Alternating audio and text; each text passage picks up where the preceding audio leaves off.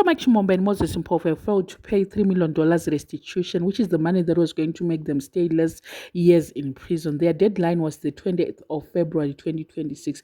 Mpofu, aged 50, received 22 years sentence with 3 years suspended for good behavior and 4 years suspended if he had paid the $2 million something yaidiwa by 28 February. Then Chimombe, aged 44, was sentenced to 17 years with 3 years suspended for good behavior and 2 years suspended if he had repaid $900 something thousand.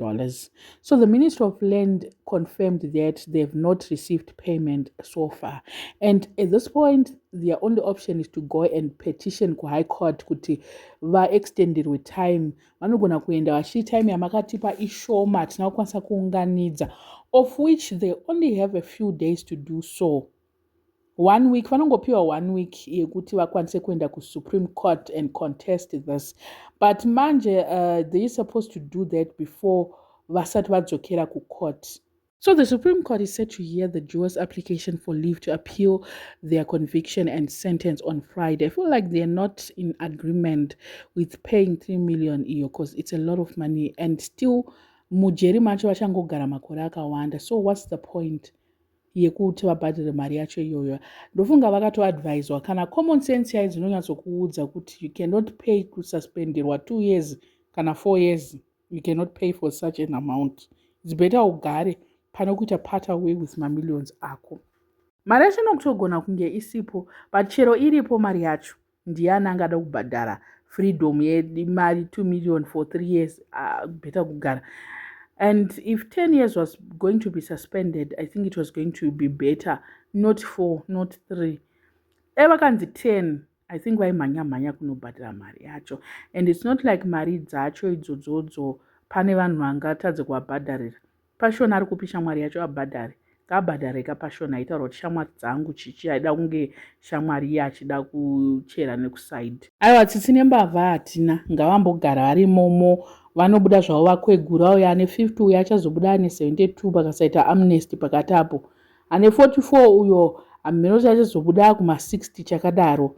Ngavagare vakajegera mujeri. Tinoti pasi nembavha, pasi nevanhu vaida kuita kunge vari wise stereki, vaida kunge vari close to ZANU-PF vachitibira.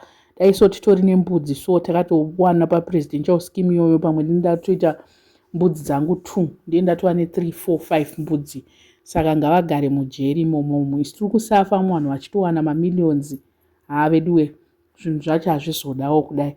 I don't know what you guys think nenyaya iyi yekuti vakomana Mike Chimombe naMoses Mpofu vafela kubhadhara mari yainzi iri kudiwa musi wa28 February.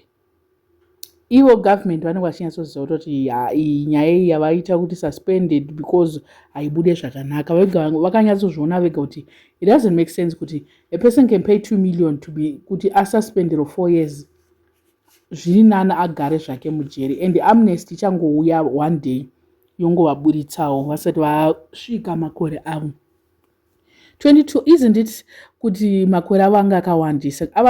Apa at this moment ngavatoita zvavo good behavior, ndo ingatoita kuti vabvisirwe 3 mwe 2. Amen. Let me know in the comment section what are your thoughts panyaya iyi.